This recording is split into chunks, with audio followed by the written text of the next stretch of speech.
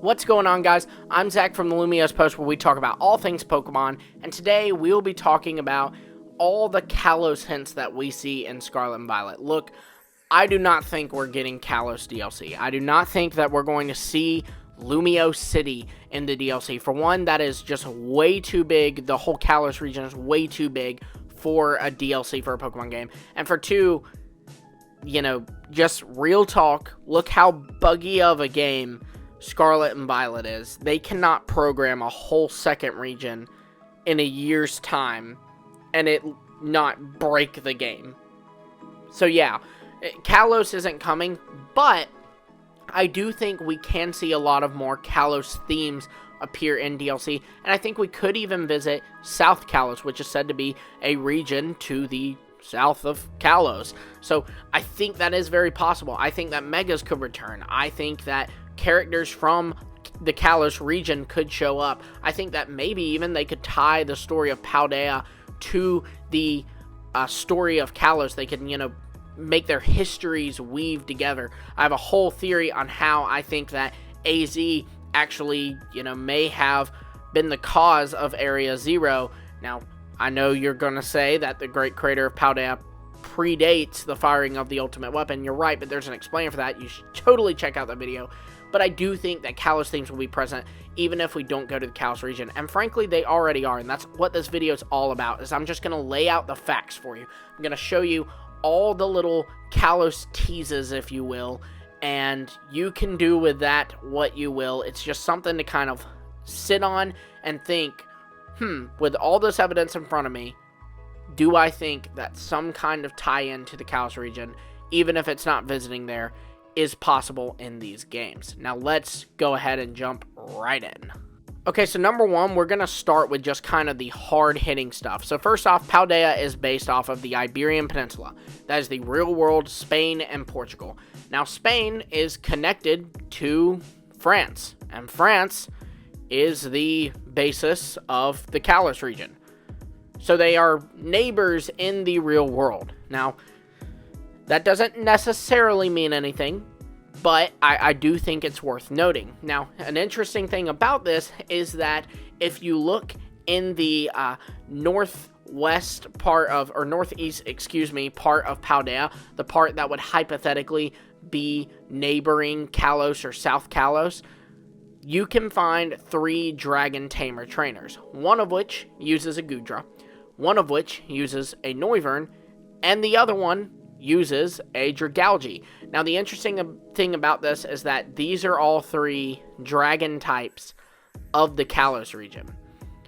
And I don't think that that's a coincidence. I'm going to be 100% with you. That seems pretty Easter eggy to me. Maybe it is just an Easter egg and not an actual hint. But either way, that is totally an Easter egg. I mean, there's so many Dragon-type Pokemon. Even in this game, they could have done, there's Tatsugiri, there's Hydreigon, there's Dragonite, there's Pokemon that they didn't put in the game, but could have, like Kingdra or Druddigon, that they could have used. But they didn't. They used Dragalge, Noivern, and Goodra. All 3 Kalos Dragons, and all 3 the only Kalos Dragons. So that just totally seems like a hint to me. I'm very curious on this one specifically. I want to know your thoughts on the whole video, but please let me know what you think about this one specifically, this one thing about these trainers. Is this just an Easter egg? Is this a coincidence? Or is this foreshadowing? Well, A, B, or C, guys. But yeah, moving into the next thing, we have the fact that the Kalos starters are in the game. Now, that may not necessarily mean much. I mean, Charizard's in the game, the Hisui starters are in the game, the Galar starters are in the game, but I will say, if you look back to Sword and Shield, the Alola starters were in the game, and then they were given to you in kind of an Alolan tie-in, you could call it, in the Isle of Armor DLC for Sword and Shield. So, you had this whole thing where you hunted down Alolan Diglets, and eventually you could pick between one of the Alolan starters. So, it seems like maybe there's a possibility that we could have the Kalos starters be given to us in a similar way, and that, again, would mean some sort of Kalos tie-in. So that, to me, is just very, very interesting. Now, On the note of Pokemon that are in home that I think is a big deal, Kalos has all of its mythical Pokemon in. You've got Volcanion, he's in. You've got Hoopa, he's in. And you have Diancie. She's in too. They're all in this game. They're in the data. They're going to be available once home comes out. Now, this isn't the case for the other regions, except for Kanto, but it only has one mythical, and that's Mew, and, of course, Galar, but that's because it was the last region. They want to, keep its stuff relevant.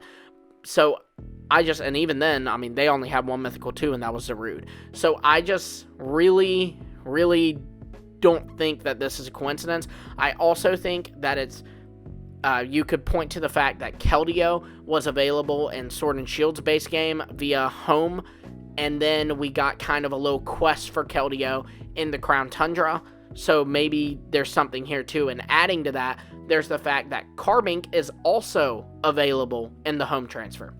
And the interesting thing here is that Carbink isn't even in the Paldean Dex. They just made it a Pokemon that is in the coding and will be transferred in via home. And that's crazy because all the other Pokemon that can be transferred in via home are either starters, regional variants, Hisuian evolutions, mythical Pokemon, or legendary Pokemon. So they're all these really special Pokemon, and then Carbink. Now, obviously, the reason why Carbink's in here is because it is tied so closely to Diancie, but the fact is, they could have put Diancie in and not Carbink. They have Arrokuda in the game, but not Cramorant. They have Charizard in the game, but not Blastoise or Venusaur. They have Regidrago and Regieleki in the game, but not Regirock, Regice, and Registeel. So, they didn't need to do Diancie and Carbink. But they did, and that just to me feels like it's because they've already got something planned that will tie into these two story and, the history that kind of connects the two of them, the lore that connects the two of them. We're going to get a whole deep dive into it even if it's just a side quest, in DLC. I do truly believe that. Now we're going to get into more speculative territory, but I still think this stuff kind of has some weight to it, especially when you add it all together with the previous things that are concrete, in my opinion. I think that it does make a good case.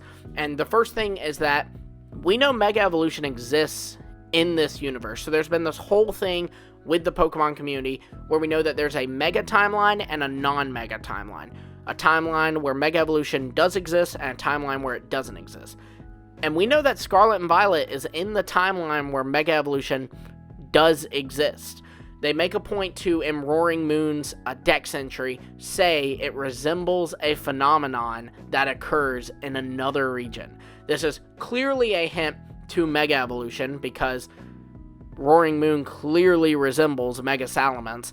So, it just makes sense. It's totally a hint at Mega Evolution. And I even think that because it's a hint at Mega Evolution, I think that it could come back.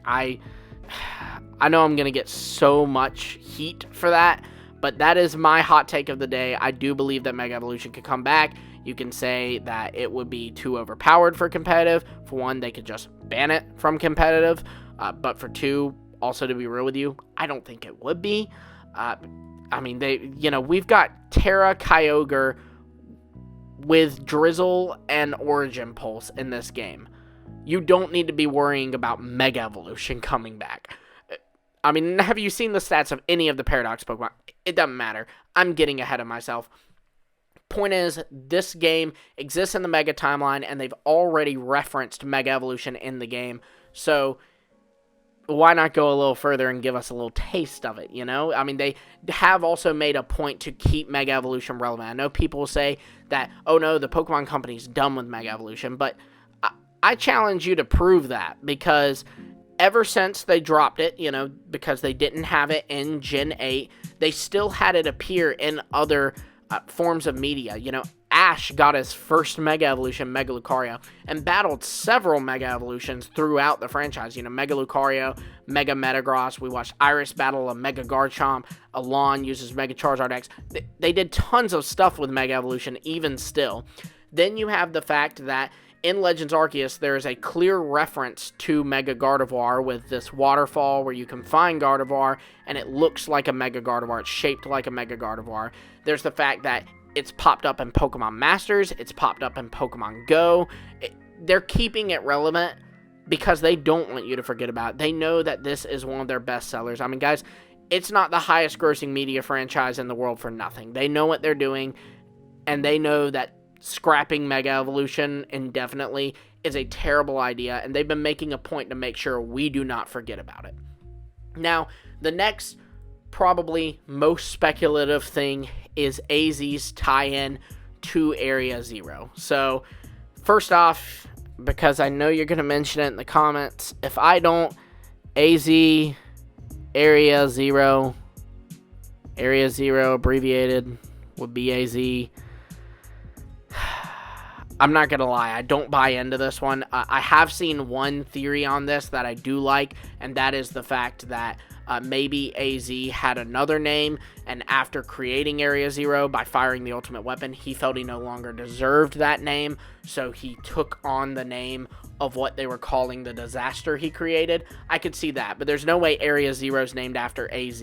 AZ named after Area Zero, sure, but Area Zero named after AZ, no, because why would you name the site of, the Pokemon equivalent of an atom bomb after the guy who fired it on you? You know what I mean? Like, Nagasaki, Japan isn't called United States of America land, because that's weird. That would be weird to do that.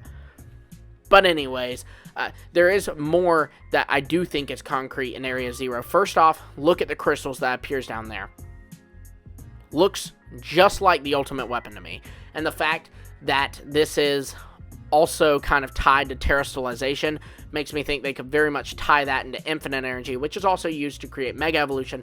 So there's so much there. But, I mean, seriously, these crystals look exactly like the ultimate weapon.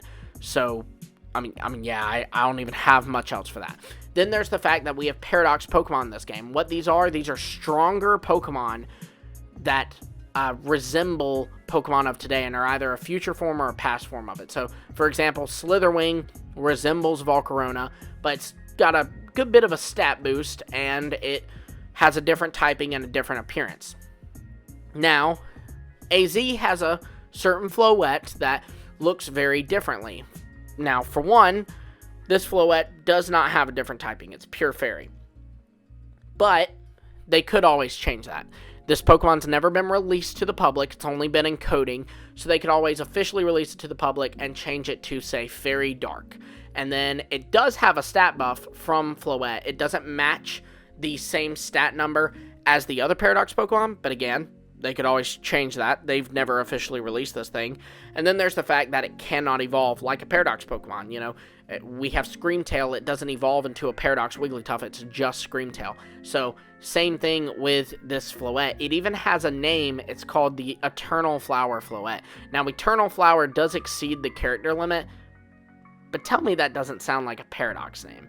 Furthermore, Floette, not Florges or Flabebe, just Floette, is found all over Area Zero, so some people kind of see it as a kind of nod there, and I'm be real, I could kind of get behind it. Now, the last thing is super stretchy, in my opinion, but I do want to mention it, because again, I think coupled with everything else, this could all point to something, and that is the fact that Area Zero has this third legendary that we have yet to see but will in DLC. And it's very much tied to hexagons. It talks about hexagonal plates. There's a little hexagon symbol on your Pokemon when they terrestrialize. What other Pokemon's tied to hexagons? Zygarde. That's Kalos. So you can see the connection there. Maybe these Pokemon are related, Zygarde and this Pokemon. Maybe this Pokemon's a paradox of Zygarde. I doubt it, but maybe. There's all kinds of connections you could make there. I do think it is interesting when you pair it with everything else. There are also some characters that are from the Kalos region, specifically the foreign language teacher is from the Kalos region. You can tell because he speaks French, but there's a lot of characters from a lot of different regions, so I don't think that's necessarily anything, but I do think it's fun to note.